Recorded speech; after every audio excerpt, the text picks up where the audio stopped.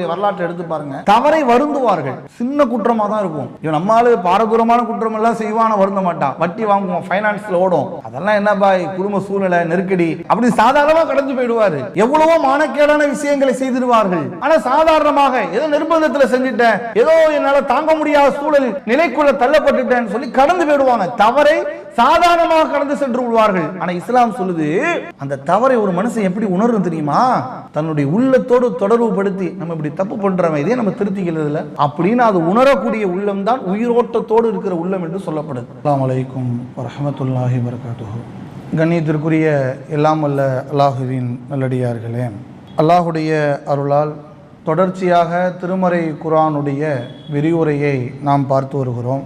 அதில் திருமறை குர்ஆனில் 35வது அத்தியாயம் அல் ஃபாத்திர் என்ற அந்த அத்தியாயத்தினுடைய ஒவ்வொரு வசனத்திற்குமான விளக்கங்களை நமக்கு ஒவ்வொரு வாரமும் விரிவான முறையில் எடுத்து சொல்லப்படுகின்றது. அந்த அடிப்படையில் இன்றைய தினம் 22வது வசனத்தினுடைய விளக்கத்தை குறித்து நாம் அறிந்து கொள்ள இருக்கின்றோம். இந்த 22வது வசனத்தில் என்ன சொல்லப்படுகிறது என்றால், வமா யஸ்தவில் அஹ்யாவு வலல் அம்வாத், உயிர் உள்ளவர்களும் இறந்தவர்களும் சமமாக மாட்டார்கள். இன்னல்லாக யுஸ்மியு மையஷாவு, தான் நாடியவர்களை அல்லாஹ் செவியேற்குமாறு செய்கின்றான். வமா அன்தபி முஸ்மீன் மன்ஃபில் குபூர், கபூரில் உள்ளவர்களை நீங்கள் செவியேற்க செய்ய முடியாது என்று அல்லாஹ் இந்த வசனத்தில் குறிப்பிடுவதை பார்க்கிறோம். அப்போ இந்த வசனத்தினுடைய முதல் வசனம் என்ன சொல்லப்படுகிறது என்றால், வமா யஸ்தவில் அஹ்யாவு வலல் அம்வாத், உயிரோடு உள்ளவர்களும் இறந்தவர்களும் சமமாக மாட்டார்கள் என்று அல்லாஹ் இந்த வசனத்தில் சொல்கிறான். இந்த வசனம் என்ன கருத்தை சொல்லுகிறது? உயிரோடு உள்ளவர்களும் இறந்தவர்களும் சமமாக மாட்டார்கள் நல்லா சொல்கிறான்ல, அது என்ன கருத்தை அல்லாஹ் இதிலேருந்து சொல்ல வரான்? உயிர் உள்ளவர்களும் இறந்தவர்களும் சமமாக மாட்டார்கள் அப்படின்னா, பொதுவாக உயிரோடு இருக்கிறவங்களும் இறந்தவங்களும் சமமாக மாட்டார்கள் என்பது வெளிப்படை கருத்தை பார்த்தா நமக்கு அப்படி தான் புரியும். ஒரு ஆள் உயிரோடு நடமாடுறாரு, அவருக்கு ரூஹு இருக்குது, பார்க்குறாரு, பேசுகிறாரு, சாப்பிட்றாரு, எல்லாமே செயல்படுறாரு. இப்போ நாம் உயிரோடு இருக்கோம். அப்போ நாம் உயிரோடு இருக்கும் பொழுது சாதாரணமாக எல்லா செயல்பாடுகளுமே அன்றாடம் செய்கிறோம். இப்போ இறந்து போன ஒரு நபர் எப்படி இருப்பார்? அவர் சாப்பாடு கொடுத்தா சாப்பிட மாட்டார், அவர் எழுந்திருச்சு பேசுங்கன்னா பேச மாட்டார், அவர்கிட்ட நாம் என்ன பேசினாலும் பதில் கேட்டால் பதில் கொடுப்பாரானா பதில் கொடுக்க மாட்டார். அப்போ அல்லாஹ் இந்த வசனத்தில் அதை தான் சொல்லுகிறானா என்று கேட்டால், அல்லாஹ் இறந்தவர்களையும் உயிரோடு இருப்பவர்களையும் குறித்து அல்லாஹ் இதில் பேசலை. இந்த வசனத்தினுடைய முந்தைய வசனங்களை நீங்கள் தொடர்ச்சியாக நீங்கள் எடுத்து பார்க்கலாம். அல்லாஹ் ஒவ்வொன்றாக அப்படியே வரிசலாக அடுக்கி கொண்டே வருவான். பார்வை உள்ளவர்களும் பார்வை இல்லாதவர்களும் சமமாக மாட்டார்கள், இருள்களும் ஒளியும் சமமாகாது, நிழலும் வெப்பமும் சமமாகாது. அல்லாஹ் அப்படி வரிசலாக சொல்லுவான். இன்னைக்கு எப்படி வெளிச்சமோ நிழலும் நமக்கு எப்படி சமமாகாதோ, அதுபோன்று கண் உள்ளவரும் பார்வை உள்ளவரும் பார்வை இல்லாதவர்களும் எப்படி சமமாக மாட்டார்களோ அப்படின்னு அல்லாஹ் அந்த வரிசலாக ஒவ்வொன்றாக சொல்லும் பொழுது, உயிரோடு உள்ளவர்களும் இறந்தவர்களும் சமமாக மாட்டார்கள் அல்லாஹ் இதில் சொல்கிறான். அப்போ அல்லாஹ் இந்த வசனத்தில் எதை குறித்து சொல்கிறான் என்று சொன்னால், உயிரோடு இருக்கின்ற ஒரு மனிதனை குறித்து இந்த வசனம் பேசுகிறது.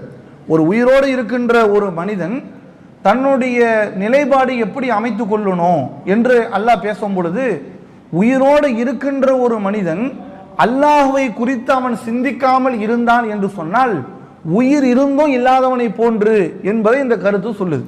இதை நம்ம எப்படி விளங்கி கொள்ளலாம் என்று நீங்கள் பார்த்தீங்கன்னா, குர்ஆனில் பல்வேறான வசனங்களை நீங்கள் எடுத்து பார்க்கலாம். 22வது அத்தியாயம் 46வது வசனம், அதில் அல்லாஹ் சொல்லி காட்டுறான், அஃபலம் யஸிரு ஃபில் அர்லி, அவர்கள் பூமியிலே பயணிக்கவில்லையா அப்படின்னு அல்லாஹ் நம்மை பார்த்து கேட்கிறான். அவர்கள் இந்த பூமியிலே பயணிக்கவில்லையா? ஃபதகூன லஹும் குலூபுன், அவர்களுக்கு உள்ளம் இருக்கும், யாக்கிலூன பிஹா, ஆதானு யஸ்மஊன பிஹா, அவர்களுக்கு விளங்கும் உள்ளங்களும் கேட்கும் காதுகளும் ஏற்பட்டிருக்கும். அல்லாஹ் அந்த அடுத்து இந்த 22வது அத்தியாயத்தில் என்ன சொல்றான்னா, பூமியை நீங்க போய் சுற்றி பாருங்க, நீங்க பூமியில எப்படியெல்லாம் இருக்கிறது என்பதை நீங்கள் ஒவ்வொன்றாக நீங்கள் பாருங்கள், அல்லாஹ்வுடைய அத்தாட்சிகளை பாருங்கள், இறைவனுடைய சான்றுகளை பாருங்கள், மனிதன் எப்படி படைக்கப்பட்டிருக்கிறான் என்பதை பாருங்கள். எல்லா விஷயங்களையும் இந்த மனிதர்கள் பூமியில் அவர்கள் சிந்தித்து பார்த்திருந்தார் என்று சொன்னால் அவர்கள் பார்க்கும் விளங்கும் உள்ளங்களும் கேட்கும் காதுகளும் அவர்களுக்கு ஏற்பட்டிருக்கும். அவர்கள் கண்கள் குருடாகவில்லை, அவர்கள் உள்ளங்கள்ல சிந்திக்கும் திறனே குருடாகி விட்டது அப்படின்னு அல்லாஹ் இந்த வசனத்துல சொல்றான். ஒரு மனிதன் இருக்கிறான், மனிதன் உலகம் ஃபுல்லா சுத்தி பார்க்கிறான். சுத்தி பார்த்தா அல்லாஹ் அவன் என்ன சொல்றான், அவனுடைய உள்ளங்களும் சிந்திக்கிற திறனும் அவனுக்கு ஏற்படும். அவன் எதையும் சிந்திக்காமல் இருந்தான் என்று சொன்னால் அவனுக்கு பார்வை இருந்தும் அவன் குருடனாக இருப்பான்.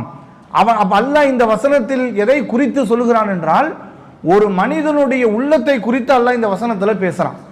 இந்த உயிர் உள்ளவர்களும் உயிர் அற்றவர்களும் சமமாக மாட்டார்கள் நல்லா சொல்றான்ல. அப்ப அல்லாஹ் என்ன அங்கு விஷயத்துல நமக்கு குறித்து சொல்லப்படுது என்றால், ஒரு மனிதன் உயிரோடு இருக்கிறான் என்று சொன்னால் அவனுடைய உள்ளத்தை தொடர்பு படுத்தி அல்லாஹ் இதில் பேசுவதை பார்க்கிறோம். ஒரு மனிதன் உயிரோடு இருக்கிறான் என்பதற்கு என்ன எப்படி நம்ம விளங்கி கொள்ள முடியும்? எல்லோரும் உயிரோடு தான் இருந்துகிட்டு இருக்கோம், எல்லாரும் என்ன செய்யறோம், நாம சாப்பிட்றோம், தூங்குறோம், பேசுறோம், வெளி உலகங்களை சுத்துறோம், போறோம், அன்றாட நம்ம உயிரோடு தான் நடமாடிக்கிட்டு இருக்கிறோம். ஆனால் உயிரோடு இருப்பவர்களை கூட அல்லாஹ் உயிர் அற்றவர்கள் என்று அல்லாஹ் சொல்றான். எப்ப அல்லாஹ் சொல்றான் தெரியுமா? ஒரு மனிதனுடைய உள்ளத்தில் அவன் சரியான முறையில் அந்த உள்ளத்தை அவன் சிந்திக்கிற தன்மை கொண்டதாக அதை ஆக்கவில்லை என்று சொன்னால் உயிர் இருந்தும் இல்லாதவனை போன்று என்று அல்லாஹ் சொல்றான். அப்ப உள்ளத்தை தொடர்பு படுத்தி அல்லாஹ் இதுல பேசக்கூடியதை பார்க்கிறோம். அப்ப உள்ளம் என்பது உயிரோட இருக்குதா இல்லையா என்பது நம்ம எப்படி தெரியும்? ஒரு மனிதனுடைய உள்ளம் உயிரோட இருக்குதா இல்லைன்னு எப்படி தெரியும்? டாக்டர்கிட்ட போய் செக் பண்ணி பார்த்துட்டு சார் இன்னைக்கு உயிரோட இருக்கனா இல்லைன்னு கேட்போமா? நம்ம உயிரோடு இருக்கிறதுனால தான் டாக்டர்கிட்டே போகிறோம். இப்போ அது கொஸ்டின் அல்ல. அப்போ அல்லாஹ் இதில் என்ன சொல்ல வரான், ஒரு மனிதன் தன்னுடைய உள்ளம் உயிரோட்டத்தோடு தான் இருக்கிறது என்பதை எப்படி விளங்கி கொள்ள முடியும் என்று சொல்லும் பொழுது சில காரணங்களை நமக்கு திருமறை குர்ஆன் சொல்லுகிறது. இப்போ நம்ம எல்லாம் இருக்கிறோம் அப்படின்னு வைத்துக் கொள்ளுங்கள், நம்மளுடைய உள்ளம் உயிரோட்டத்தோடு தான் இருக்கிறது என்பதை நம்ம எப்படி புரிஞ்சுப்போம்? இப்போ நம்ம உயிரோட்டத்தோடு தான் இருக்கிறோம், ரத்தம்லாம் ஓடுதுங்க, ஹார்ட் பீட்லாம் இருக்க தான் செய்யுது, அந்த அல்லாஹ் இதில் சொல்லலை. நம்ம உயிரோட்டத்தோடு சிந்தனை ஓட்டங்களோட தான் இருக்கிறோம் என்பதை எப்படி நாம விளங்கிக் கொள்வோம்? ஒரு தவறை செய்துவிட்டு அந்த தவறு என்று நாம் உணர்கிறோமா அப்படிங்கிறத உயிரோட்டம் இருக்குதா இல்லை என்பதை நம்ம விளங்கிக் கொள்ள முடியும். இப்போ இல்லை அல்லாஹ் இதில் சில காரணங்களை நமக்கு சொல்வதை நம்ம திருமறை குர்ஆன்ல பார்க்கிறோம். ஒரு மனிதன் அவனுடைய உள்ளம் உயிரோட்டத்தோடு தான் இருக்கிறதா இல்லை என்பதை எல்லா மனிதர்களும் டெஸ்ட் பண்ணி பார்க்கணும். இப்போ நம்மளுடைய உள்ளம் அல்லாஹுடைய சிந்தனையோடு தான் நம்ம இருக்கிறோமா, நாம இறை சிந்தனையோடு தான் நம்முடைய வாழ்க்கை பயணம் தொடர்ந்து கொண்டிருக்கிறதா அப்படிங்கிறத எல்லா மனிதர்களுமே தன்னுடைய வாழ்நாள் ஒவ்வொரு நாளும் அதை குறித்து சிந்திக்க வேண்டும். நீங்கள் திருமறை குர்ஆன்ல 7வது அத்தியாயம் 179வது வசனத்தை எடுத்து பாருங்க. அதில் அல்லாஹ் இறை மறுப்பாளர்களை குறித்து அல்லாஹ் பேசலாம். காஃபிர்கள் இருக்காங்கல்ல, அவர்களை குறித்து அல்லாஹ் பேசும் பொழுது என்ன சொல்றான் தெரியுமா? வலக்கது தரானாலி ஜஹன்னம கஸீர மினல் ஜின்னி வல் இன்ஸ், ஜின்களையும் மனிதர்களில் அதிகமானவர்களை நரகத்திற்காக வேண்டி நாம் படைத்திருக்கிறோம் என்று சொல்லிவிட்டு, லஹும் குலூபுன், அவர்களுக்கு உள்ளம் இருக்கும், லா யஃப்கஹூன பிஹா, அவர்கள் சிந்திக்க மாட்டார்கள், வலஹும் ஐனுன், அவர்களுக்கு கண் இருக்கும், லா யுப்சிரூன பிஹா, அதை கொண்டு அவர்கள் நல்லதை கெட்டதை கண்ணை கொண்டு பார்ப்பான், அந்த கண்ணை கொண்டு என்ன செய்ய மாட்டார்கள். இது அல்லாஹ் எப்படி படைச்சிருக்கிறான், இது அல்லாஹுடைய அதிசயங்கள்ல ஒன்றாச்ச, இறைவன் இந்த மாதிரியான ஒரு அற்புதங்களை உண்டாக்கி இருக்கிறான என்று அவன் சிந்திக்க மாட்டான். லா யுப்சிரூன பிஹா வலஹும் ஆதானுன், அவனுக்கு காது இருக்கும், லா யஸ்மஊன பிஹா, அவன் கேட்க மாட்டான். உலாயிக்க, அவர்கள் எப்படிப்பட்டவர்கள் என்று சொன்னால், உலாயிக்க கல் அன்ஆம், அவர்கள் கால்நடைகளை போன்றவர்கள், அதைவிட வழிகட்டவர்கள், அதைவிட கேவலமானவர்கள், அவர்களே அலட்சியம் செய்தவர்கள் என்று அல்லாஹ் இந்த வசனத்துல சொல்வதை பார்க்கிறோம். அப்ப அல்லாஹ் இந்த வசனத்தில் அல்லாஹ் நமக்கு என்ன குறிப்பிடுறான்? அல்லாஹ் யாரை கால்நடைன்னு சொல்றான்? சிந்திக்காதவங்களே அல்லாஹ் சொல்றான். உள்ள இருக்கு, கண்ணு இருக்கு, அவனுக்கு எல்லாம் அறிவும் அவனுக்கு வழங்கப்பட்டிருக்கிறது, அவன் அவனுடைய சிந்தனையை சரியான முறையில் செலுத்தாதவன், அல்லாஹ்வை குறித்து தொடர்பு படுத்தாதவன், இறைவனை பற்றி நினைக்காதவன், இறைவனுடைய அற்புதங்களை குறித்து யோசிக்காதவன், அப்படியான ஒரு மனிதன் இந்த உலகத்தில் எப்படியான மனிதன்? அவன் உடல் இருந்தும் சடலமானவன், ஒரு மௌத்த போன்றுதான். அல்லாஹ்வுடைய அருளை சிந்திக்கல, அல்லாஹ்வுடைய அற்புதத்தை சிந்திக்கல, அல்லாஹ் மனிதனை எப்படி படைத்திருக்கிறான் என்பதை குறித்து சிந்திக்கல. நம்மெல்லாம் நம்மை பற்றி சிந்திச்சாலே நாம அவ்வளவு வியப்புக்குரியதாக இருக்கும். நம்முடைய உடலில் இயங்குகின்ற ஒவ்வொரு பகுதியை குறித்து நீங்கள் சிந்தித்து பாருங்கள். ஒரு மனிதன் அன்றாடம் தூங்குகிற தூக்கம், ஒரு நாளைக்கு நீங்க தூங்கல, 2 நாள் நீங்க தூங்கல, 3 நாள் தூங்கல, 1 வாரம் தூக்கம் இல்லை, என்ன நிலைமைக்கு நம்ம ஆயிடும் நீங்க யோசிச்சு பாருங்க. 3 நாள் 1 நாள் நம்ம தூங்கலனாலே நம்முடைய அன்றாட செயல்பாடுகள் நமக்கு நடக்காது. அவ்வளவு டென்ஷன் ஆயிடும், அவ்வளவு பிரஷர் ஏறிடும். அப்போ தூக்கம் என்பது எவ்வளவு பெரிய அருள் கூட. அந்த தூக்கத்துக்கு அல்லாஹ் நமக்கு அல்லாஹை பற்றி நாம சிந்தித்து பார்க்கும் பொழுது அல்லாஹ் ஒரு மனிதனை எப்படி எல்லாம் படைத்து எவ்வளவு அற்புதங்களை கொடுத்து எவ்வளவு விஷயங்களை நமக்கு இந்த உலகத்தில் விசாலமாக்கி வைத்திருக்கிறான். அப்படிப்பட்ட ஒரு நிலையை ஒரு மனிதன் சிந்திக்காமல் இருக்கிறான் என்று சொன்னால் அவனை குறித்து அல்லாஹ் சொல்லுகிறான், இவன் தான் என் ஜனாசா, உயிரோடு இருந்து ஜனாசா அவன் அப்படின்னு சொல்லக்கூடியதை பார்க்கிறோம். நீங்கள் நபிமார்களுடைய வரலாற்றை நீங்கள் எடுத்து பார்த்தீங்கன்னா எல்லா நபிமார்களுமே அந்த சமூகத்தில் எப்படியான பிரச்சாரங்களை முன்னிட்டார்கள் தெரியுமா? நீங்கள் அல்லாஹ்வை குறித்து சிந்திங்கன்னு சொன்னாங்க. நூஹ் அலைஹிஸ்ஸலாம் அவங்க எத்தனை ஆண்டுகள் பிரச்சாரம் பண்ணாங்க? 950 ஆண்டு காலம் பிரச்சாரம் செய்தார்கள். ஆனால் நூஹ் அலைஹிஸ்ஸலாமுடைய பிரச்சாரத்திலிருந்து அவர்களால் வென்றெடுக்கப்பட்டவர்கள் சொற்பமானவர்கள். ஆனால் நூஹ் அலைஹிஸ்ஸலாமுடைய பிரச்சாரத்தை குறித்து அல்லாஹ் சூரத்து நூஹ் என்ற அத்தியாயத்தில் சொல்லும் பொழுது அல்லாஹ்ட்ட முறையிடுறாங்க. நூஹ் அலைஹிஸ்ஸலாம், யா அல்லாஹ் நான் என் சமுதாயத்தில் சொல்றேன், அவங்க கேட்கல, அவங்க அலட்சியப்படுத்துகிறார்கள். நான் மார்க்கத்தை சொல்ல போனால் அவர்கள் காதுகளை பொத்திக் கொள்கிறார்கள், போர்வையை எடுத்து அவர்கள் போத்திக் கொள்கிறார்கள், இப்படி எல்லாம் சொல்றாங்க. சொல்லும் பொழுது அல்லாஹ் அவங்ககிட்ட என்ன தெரியுமா சொல்றான்? 71வது அத்தியாயத்தில் 14வது வசனத்திலிருந்து அல்லாஹ் நூஹ் அலைஹிஸ்ஸலாம் அவங்கள அந்த சமூகத்தை பார்த்து கேட்க சொல்றான். என்ன கேட்க சொல்றான் தெரியுமா?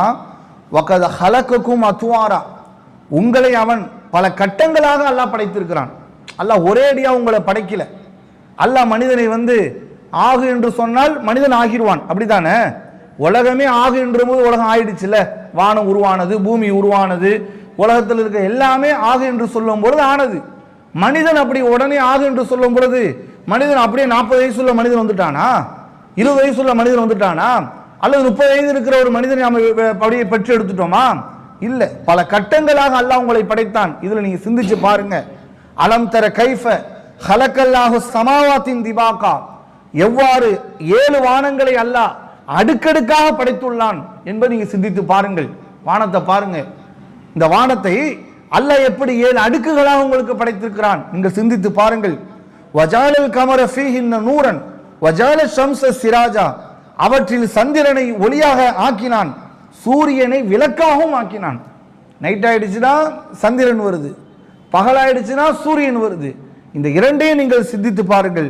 அல்லாஹ் பூமியிலிருந்தே உங்களை சிறந்த முறையில் உருவாக்கி வளர செய்தான். இதெல்லாம் குறித்து நீங்கள் சிந்திக்க மாட்டீர்களான்னு சொல்லி அந்த சமூகத்தினரிடத்தில் நீங்கள் கேளுங்கள் என்று அல்லாஹ் நூஹ் அலைஹிஸ்ஸலாம் அவர்களுக்கு அல்லாஹ் சொல்லி காட்டுறான். அப்போ முதலில் ஒரு மனிதன் உயிரோட்டத்தோடு தான் இருக்கிறான் என்பதை இந்த வசனம் நமக்கு என்ன உணர்த்துகிறது என்றால், மனிதன் சிந்திக்கணும், அல்லாஹ்வை பற்றி சிந்திக்கணும், அல்லாஹ்வை பற்றி யோசிக்கணும், மறுமையை பற்றி சிந்திக்கணும், இறைவனுடைய படைப்பினத்தை குறித்து சிந்திக்கணும். இந்த சிந்தனை ஓட்டம் யாருடைய உள்ளத்தில் இருக்கிறதோ அவங்க தான் ஹயா, உயிரோடு இருக்கிறாங்கன்னு அர்த்தம். அந்த சிந்தனை ஒரு மனுஷனுக்குள்ள வரலனா அவன் மௌத்து, உயிர் இருந்தும் மௌத்தாகத்தான் இருக்கிறான், சடலமாகத்தான் இருக்கிறான் என்பதை நாம, இது ஒரு காரணம். இது மாதிரி இன்னொரு செய்தி நமக்கு சொல்லப்படுது. என்ன காரணம் அப்படின்னா, குர்ஆனை நீங்கள் எடுத்து பார்த்தீர்கள் என்று சொன்னால் அல்லாஹ் ஒரு மனிதனை பல்வேறான விஷயங்களில் அறிவுரைகள் இறைவன் மனிதனுக்கு வழங்குகிறான். பல அறிவுரைகளை அல்லாஹ் கொடுக்குறான்ல, அந்த அறிவுரைகளை எல்லாம் யார் அந்த அறிவுரைகள் எந்த மனிதனுக்கு பயனளிக்கக்கூடியதாக இருக்கிறதோ அந்த அறிவுரையை நமக்கான அறிவுரையாக எடுத்துக்கொண்டு, நமக்கான போதனையாக எடுத்துக்கொண்டு, யார் அந்த அறிவுரை மூலமாக பயனளிக்கக்கூடியதாக இருக்கிறதோ அந்த அடியானுடைய உள்ளமும் உயிரோட்டத்துக்குரிய உள்ளமாக இருக்கிறது அப்படின்னு குர்ஆன் சொல்லுது. நீங்கள் திருமறை குர்ஆன்ல அன்ஃபால் என்ற அத்தியாயத்தில் 2வது வசனம், அதில் அல்லாஹ் சொல்லி காட்டுறான், இந்த மூமின் என்பவர்கள் யார் என்று சொன்னால் அல்லாஹ்வை பற்றி அவர்களுக்கு கூறப்பட்டால் வஜிலத் குலூபஹும், அவங்களுடைய உள்ளம் நடுங்குமா.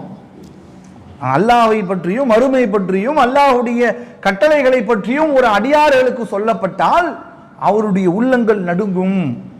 இதா துலியத்து அலையும் ஆயாத்துஹு ஜாதத்துஹும் ஈமானா, அவங்களுடைய அல்லாஹ்வுடைய வசனங்கள் அவர்களுக்கு ஓதி காண்பிக்கப்பட்டால் அவங்களுடைய ஈமானை அது அதிகரிக்கக்கூடியதாக இருக்கும் அப்படிங்கிற விஷயத்தை அல்லாஹ் இதுல சொல்வதை பார்க்கிறோம். அப்போ ஒரு உயிரோட்டத்தோடு இருக்கிற உள்ளம் என்பதற்கு இரண்டாவது காரணமாக அல்லாஹ் நமக்கு என்ன சொல்றான்? அல்லாஹ்வை பற்றி சொல்லும் பொழுது மனிதனுடைய உள்ளம் அந்த விஷயத்தை ஏற்றுக்கொண்டு பயனளிக்கக்கூடியதாக இருக்கணும். அறிவுரைகள், பொதுவாக நீங்க அறிவுரைகள் பார்த்தீங்கன்னா நிறைய பயான்கள்ல மக்கள் கேட்பாங்க. நிறைய பயான்கள், நிறைய ஜும்மா பயான்கள், நிறைய அற்புதமான பல்வேறான பயான்களை கேட்பாங்க. ஆனால் ஒரு அறிவுரை என்பது எப்படி ஒரு மூமினுக்கு இருக்கணுமா? அது நமக்கு நம்மளுடைய லைஃப்ல ஏதோ மாற்றத்தை உருவாக்கணும். ஒரு போதனைகள், நாம் கேட்கிற ஒரு செய்தி நம்மளுடைய உள்ளத்தில் மாற்றத்தை உண்டாக்கக்கூடியதாக அது இருக்கணும். அப்படி அந்த மாற்றத்தை உண்டாக்கக்கூடிய வகையில் ஒரு அறிவுரை ஒரு மனிதனுடைய உள்ளத்தில் பயனளிக்கும் என்று சொன்னால் அந்த உள்ளம் எப்படியான உள்ளம் என்று சொல்கிறது? உயிரோட்டமோடு இருக்கிற உள்ளம். அறிவுரை பயனளிக்கல, நம்ம ஜும்மா வாரம் ஃபுல்லா ஜும்மா, வருஷம் ஃபுல்லா ஜும்மா கேட்டிருப்போம். ஜும்மா பயன் நீங்க பாருங்க, அல்லாஹ் அக்பர்னு இமாம் தக்பீர் கட்டும் போது தான் வருவாங்க. பயனளிச்சிருக்கிற அவங்களுக்கு எத்தனையோ அறிவுரைகள், திருமணத்தின் நபிவழி திருமணத்தை குறித்து நாம கேட்டிருப்போம், அறிந்திருப்போம். ஆனால் ஒரு திருமணம் நிலை என்று வரும் பொழுது நமக்கென்று அந்த சூழல் வரும் பொழுது அந்த சட்டத்தை மீறி நம்ம போயிடுவோம். பொருளாதாரத்தை குறித்து நிறைய தெரிந்து வைத்திருப்போம். ஆனால் நமக்கென்று ஏதேனும் ஒரு நெருக்கடியான சூழல் வரும் பொழுது மார்க்கம் தடுத்த எதை ஹராம் என்று நமக்கு வழிகாட்டி இருக்கிறதோ அந்த ஹராமை மிக இலகுவான முறையில் நாம் ஈஸியாக ஹலால் ஆக்கிடுவோம். அப்போ அறிவுரை என்பது ஒரு மனிதனுடைய வாழ்க்கையில் பயனளிக்கக்கூடியதாக இருக்கணும். அந்த நிலையில் யாருடைய உள்ளம் இருக்கிறதோ அந்த உள்ளம் தான் அல்லாஹ் ரபுல் ஆலமீன் சொல்கிறான் உயிரோட்டம்க்குரிய உள்ளம். இதை நாம டெஸ்ட் பண்ணும். இப்போ நமக்கு இப்படிலாம் இருக்குதா? நாம் அப்படி இருக்கோமா? நம்ம ஒரு அறிவுரையை கேட்டால், நாம் ஒரு செய்தியை கேட்டால், அல்லாஹை பற்றி சொல்லப்பட்டால், மறுமையை பற்றி சொல்லப்பட்டால், தொழுகையை பற்றி சொல்லப்பட்டால், நரகத்தை பற்றி சொல்லப்பட்டால், கபரை பற்றி சொல்லப்பட்டால், விதியை குறித்து பேசப்பட்டால், சோதனை குறித்து பேசப்பட்டால் நம்மளுடைய உள்ளங்களில் என்ன மாற்றத்தை உண்டாக்குறது? அப்ப இந்த சிந்தனை யாருடைய உள்ளங்களில் இருக்கிறதோ அது அவருடைய உள்ளம் உயிரோட்டத்துக்குரிய உள்ளம் என்று விளங்கிக் கொள்ளணும். மூன்றாவது பாயிண்ட், ஒரு தவறை மனுஷன் உணரணும். பொதுவாக தவறை உணர்வது என்பது உள்ளம் சார்ந்த விஷயம் தானே. நீங்க தவறை சுட்டி காட்டினா எல்லாரும் ஏற்றுக்க மாட்டாங்க. மனிதனுடைய ஒரு தவறை சொல்றோம், என்னங்க தொழுகையில் இப்படி தப்பு பண்றீங்களே, என்னங்க உங்களுடைய பொருளாதார விஷயங்கள்ல இப்படி நடந்துக்கிறீங்களே, நீ என்னடா சொல்றது? கொள்கையில ஒரு தவறு செய்து விட்டால், கொள்கை விஷயத்தை இப்படி பலவீனமா இருக்கீங்க, என்ன ஒரு பெரிய ஆளா, இவர் எனக்கு அறிவுரை சொல்வதா, அதை நான் கேட்பதா, அந்த அளவுக்கு வளர்ந்துட்டாரா? கேட்க மாட்டாங்க. தவறை சுட்டி காட்டும் போது கேட்க மாட்டாங்க. ஆனா அல்லாஹ் சொல்லி காட்டுறான், ஒரு மனிதன் தன்னுடைய தவறை உணர்ந்து அந்த தவறிலிருந்து விடுபடுகிறானே. ஒரு மனிதன் ஒரு தவறு செய்கிறான், ஒரு பாவத்தை செய்கிறான், மீண்டும் அந்த பாவத்தின் பக்கம் செல்லாமல் அந்த தவறிலிருந்து விடுபடும் நினைக்கிறான் பாருங்க, அந்த அடியானுடைய உள்ளம் உயிரோட்டத்திற்குரிய உள்ளம் என்று சொல்லப்படுது. திருமறை குர்ஆன்ல 83வது அத்தியாயம் 14வது வசனம். இதுல கவனிங்க, அல்லாஹ் சொல்றான், கல்லா பல்ரான அலா குலூபிஹிம் மா கானு யக்ஸிபூன், அவர்கள் செய்து கொண்டிருந்தவை உள்ளங்களில் கரையாக படிந்து விட்டன என்று அல்லாஹ் சொல்றான்.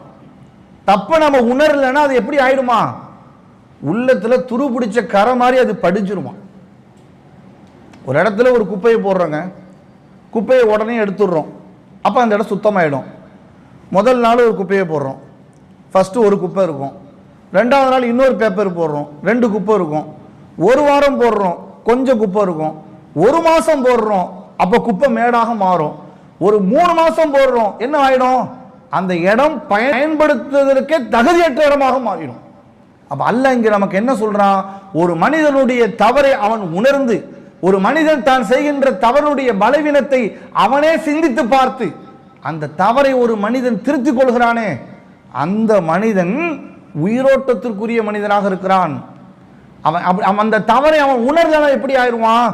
கரை படிந்த மனிதனாக அவன் மாறி விடுகிறான். திருப்பிடிச்சதாக உள்ளத்தில் அவனுடைய கரை படிந்து விட்ட உள்ளமாக அது மாறி விடுகிறது அப்படிங்கிற விஷயத்தை அல்லாஹ் இந்த வசனத்துல சொல்வதை பார்க்கிறோம்.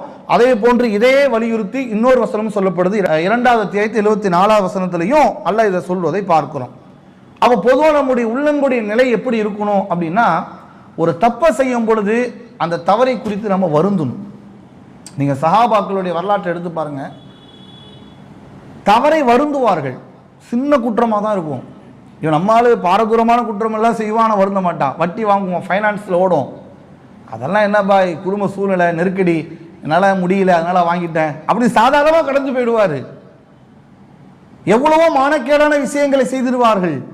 ஆனால் சாதாரணமாக ஏதோ நிர்பந்தத்தில் செஞ்சுட்டேன், ஏதோ என்னால் தாங்க முடியாத சூழலில், ஏதோ ஒரு அழுத்தத்தில் இப்படியான நிலைக்குள்ள தள்ளப்பட்டுட்டேன்னு சொல்லி கடந்து போயிடுவாங்க. தவறை சாதாரணமாக கடந்து சென்று விடுவார்கள். ஆனால் இஸ்லாம் சொல்லுது, அந்த தவறை ஒரு மனுஷன் எப்படி உணரும் தெரியுமா?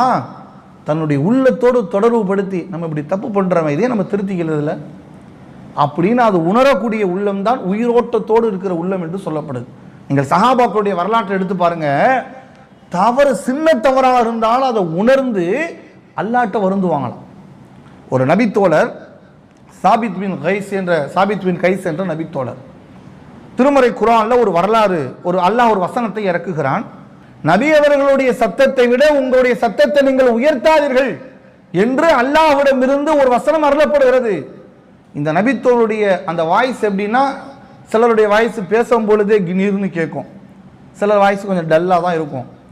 அப்போ இவருடைய வாய்ஸ் எப்படின்னா, ஒரு சபையில் பேசும் பொழுதே கொஞ்சம் கனமாக தான் பேசுவாங்க. அப்போ இவங்க என்ன செய்கிறாங்கன்னா, அழுகுறாங்க, வீட்டிலேருந்து வருத்தப்படுறாங்க. நான் ரசூல்லாவுடைய சபையில் பேச முடியாதோ, ரசூல்லாவுடைய சபை அவங்க சத்தத்தை விட என் சத்தம் உயர்ந்துருச்சுன்னா நான் நஷ்டவாளியாக மாறிடுவேன்னு கவலைப்படுறாங்க. ரசூல்லாவுடைய சபைக்கு இவங்க வரல. அல்லாஹுடைய தூதர் நீண்ட நேரம் பார்த்து விட்டு நபித்தோர்கிட்ட கேட்கிறாங்க, இவர் எங்க ஆளே காணோம் அப்படின்னு சொல்லி ரசூலுல்லாஹி அலைஹி வஸல்லம் அவங்ககிட்ட அல்லாஹுடைய தூதர் இவருக்கு செய்தியை சொல்லி அனுப்புறாங்க. அவர் நரகவாசி அல்ல, பல்ஹுவ மின் அஹ்லில் ஜன்னா, அவர் சொர்க்கவாசி என்று நீங்கள் சொல்லுங்க. அவர் கவலைப்பட்டார். ஒரு சின்ன விஷயம் தாங்க.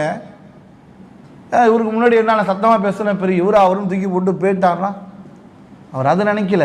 ஒரு சின்ன சட்டம், அந்த விஷயத்தில் கூட நாம் குறைபாடு இருந்துடக்கூடாது என்ற கவலை. இந்த உள்ளம் ஒரு உயிரோட்டத்தோடு இருக்கிற உள்ளத்திற்கு அல்லாஹ் உதாரணமாக நம்ம வரலாற்றில் பார்க்க முடியும். அப்போ அல்லாஹ் இதில் என்ன சொல்றான்னா, உயிரோடு உள்ளவர்களும் இறந்தவர்களும் சமமாக மாட்டார்கள் அப்படின்னு அல்லாஹ் சொல்றான். அப்போ உயிரோடு உள்ளவர்கள்லாம் யாரு? உயிரோடு உள்ளவர்கள் இறந்தவர்கள் என்பது யாரை குறிக்குது? இளையச்சம், உள்ளத்தோடு தொடர்பு படுத்தப்பட்டது. சிந்திக்கக்கூடியவர்களே அல்லாஹ் சொல்றான். சிந்திக்கிறவன் தான் உயிரோடு இருக்கிறவன். சிந்திக்காமல் இருப்பவர்கள் உயிரற்றவர்கள், உயிர் இருந்தும் ரூஹ் இருந்தும் உயிர் இல்லாதவர்கள் என்று அல்லாஹ் இந்த வசனத்தில் சொல்வதை பார்க்கிறோம். அதே போன்று இன்னொரு செய்தியை பார்க்க முடியுது. தவறை தான் திருத்திக் கொள்வது ஒன்று, தானாக உணர்ந்து திருத்திக் கொள்வது ஒன்று. இன்னொன்று, நாம் தவறை மற்றவர் சுட்டி காட்டுவார்கள். இப்போ ஒரு மனைவி வீட்டில் சமைக்கிறாங்க, சமைக்கும் போது நல்லாவே இல்லைனாலும் கூட நல்லா இருக்குன்னு சொல்லித்தான் ஆகணும், ஏன்னா அப்போ தான் மறுநாள் சோறு கிடைக்கும்.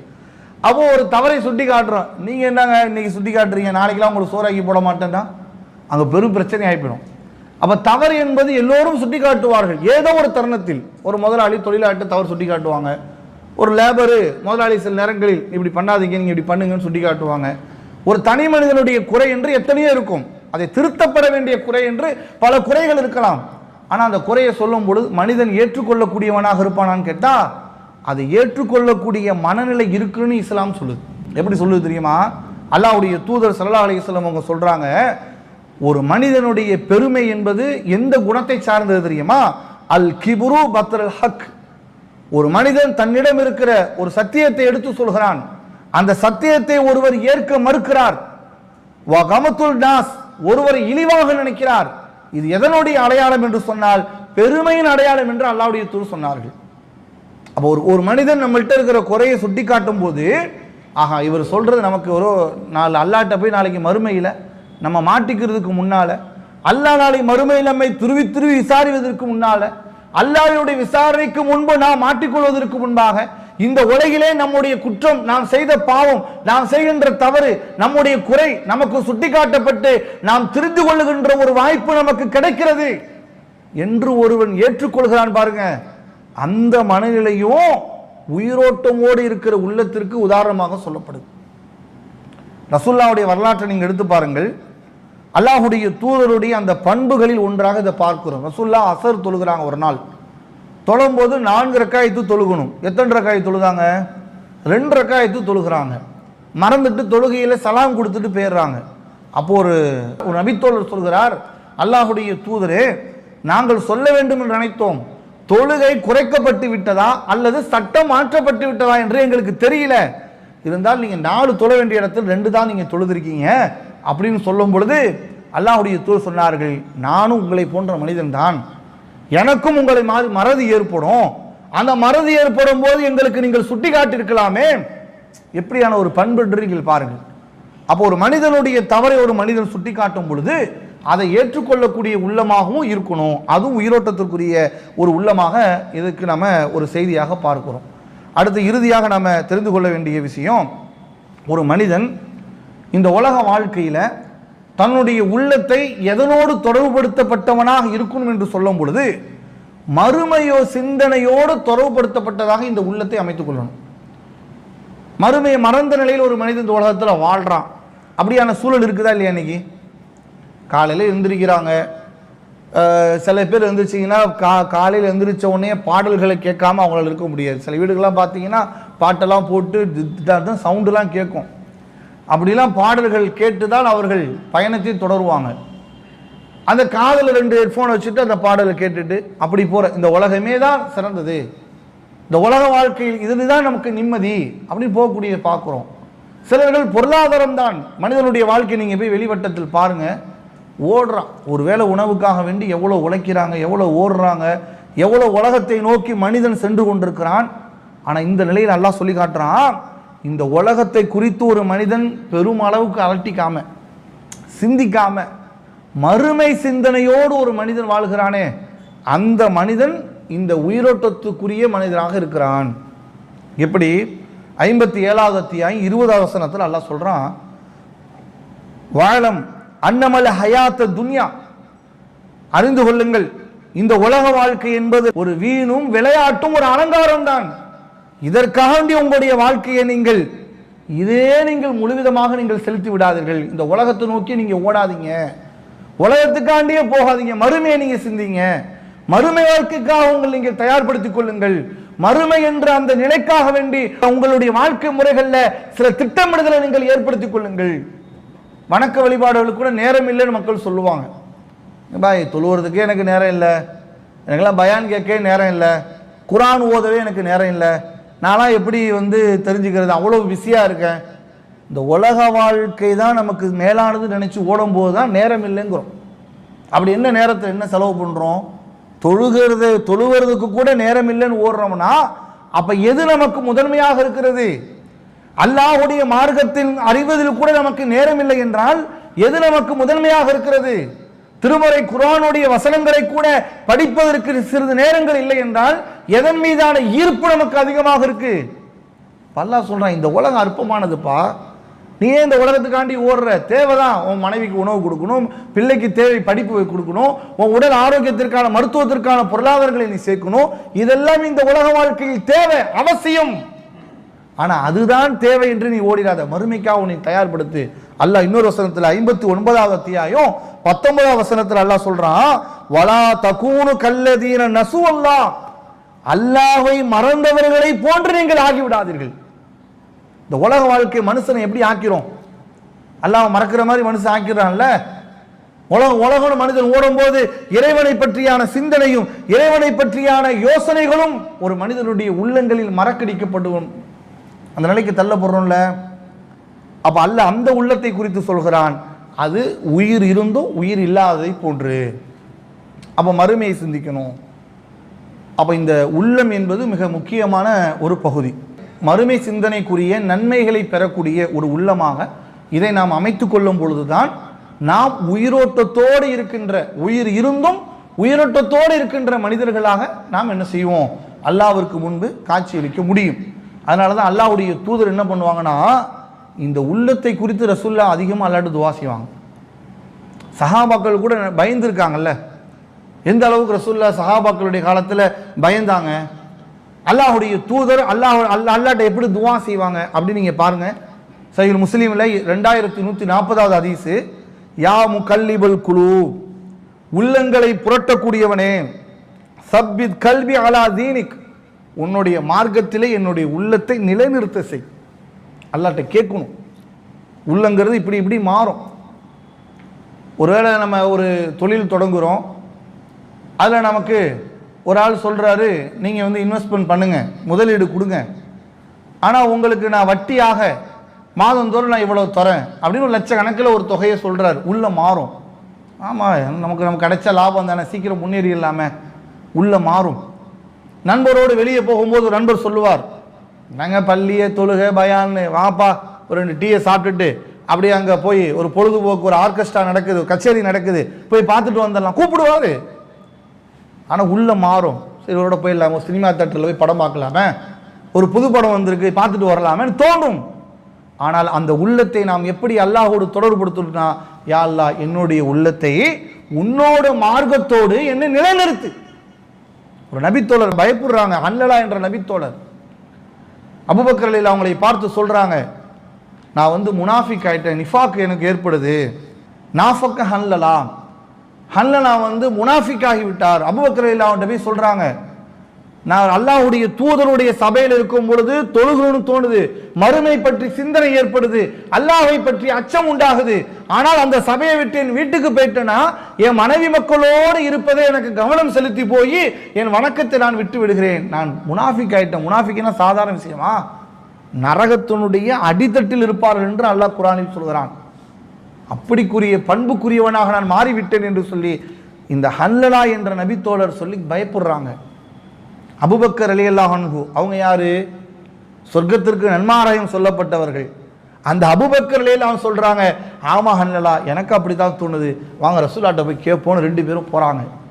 அப்ப அல்லாஹ்வுடைய தூதர் சொல்றாங்க, ஹன்லலா அவர்களே, நீங்கள் என்னுடைய சபையில் இருக்கும் பொழுது எப்படி இருக்கின்றீர்களோ அதுபோன்றே நீங்கள் உங்கள் வீடுகளில் அனைத்து நிலைகளில் நீங்கள் இருந்தீர்கள் என்று சொன்னால், நீங்கள் படுக்கைகளிலும் உங்கள் பாதைகளிலும் வானவர்கள் உங்களுக்கு கை குலுக்குவார்கள், முசாபாக செய்வார்கள் என்று சொல்லிவிட்டு அல்லாஹ்வுடைய தூதர் சொன்னார்கள், யா ஹன்லலா சாஅத்தன் சாஅத்தன், மனிதனுடைய வாழ்க்கை இப்படி இப்படி தான் இருக்கும். ஒரே நேரத்தில் சிந்தனை அப்படியே எப்போ பார்த்தாலும் தொழுகை தொழுகை தொழுகை. சில பேர் சூஃபின்னு போய் என்ன பண்ணுவாங்க, நாங்கள் 100 ரக்காயத் தொழுகிறோம், தஸ்பீக் தொழுகை தொழுவாங்கல்ல, நாங்கள் 100 தஸ்பீக் தொழுகிறோம், சுபான்லா சுபான்லான்னு அல்ஹம்துலில்லாஹ் அல்ஹம்துலில்லாஹ்னு. இதெல்லாம் ஏமாற்றுற தொழுகை. எப்படி மார்க்கத்தில் இல்லை, மார்க்கத்தில் வழிமுறைகள் இல்லை. இபாதத் என்றால் மனிதன் எப்படி நினைக்கிறான், ஒரு தனி ரூமில் இருக்கணும். நான் இப்போ சமீபத்தில் ஒரு வீடியோலாம் நீங்கள் பார்த்துருக்கலாம். கடவுளை பார்ப்பதற்காக பல ஆண்டுகள் அவர் நின்ற நிலையிலே நிற்கிறாரு, காலெல்லாம் வீங்கி போய் ஒரு வீடியோ வருது. அவர் நம்பிக்கை தவறு, ஆனால் அவர் ஏதோ ஒரு நம்பிக்கையில் அப்படி நிற்கிறாரு. ஆனால் இஸ்லாம் சொல்லுகிறது, இப்படிதான் நிற்பது வணக்கம் என்று நினைக்காதீங்க. வணக்கம்னா மனுஷன் நினைக்கிறான், தன்னை வருத்திக்கிட்டு கஷ்டப்பட்டுக்கிட்டு சிரமப்பட்டுட்டு இப்படி செய்யறதா வணக்கம் நினைக்கிறான். அப்படி கிடையாது. இப்படி மனிதனுடைய வாழ்க்கையில் இப்படி தான் இருக்கும். ஆனால் நீங்கள் உங்களுடைய சிந்தனையை அல்லாஹ்வுடைய சிந்தனை அந்த நிலையோடு உங்களுடைய உள்ளத்தை நீங்கள் அமைத்துக் கொள்ளுங்கள் என்று அல்லாஹ்வுடைய தூதர் வழிகாட்டுறாங்க. எனவே நாமளும் நம்முடைய உள்ளம் உயிரோட்டத்திற்குரிய உள்ளமாக இருக்க வேண்டும் என்று சொன்னால், இந்த உள்ளத்தை நாம் எப்படி அமைத்துக் கொள்ள வேண்டும்? மறுமை, உலகம், இறைவனுடைய வசனங்கள், திருமறை குர்ஆனை படிப்பது, அல்லாஹ்வை பற்றி நினைப்பது, அல்லாஹ்வுடைய அத்தாட்சிகளை பார்த்து நாம் சிந்திப்பது, இறை வணக்கத்தோடு நம்முடைய சிந்தனைகளை ஏற்படுத்திக் கொள்வது, சில கட்டங்களில் அதை விட்டு நாம் தவறி வெளியே போகும் பொழுது மீண்டும் மறுமை குறித்து சிந்தனைகள் ஏற்படுத்தி நம்முடைய தொடர்பை அதிகப்படுத்திக் கொள்வது, இதுதான் ஒரு மனிதனுடைய மறுமை வாழ்க்கைக்குரியதாக வெற்றிக்குரியதாகவும் இருக்கும். எனவே இந்த வசனத்திற்குரிய விளக்கமும் அதுதான் நமக்கு சொல்லுகின்றது. எனவே இன்ஷா அல்லாஹ் அடுத்த வாரம் இந்த அடுத்த ஆயத்துகளினுடைய தொடரை உங்களுக்கு விளக்கப்படும். அஸ்ஸலாமு அலைக்கும் வரஹ்மத்துல்லாஹி.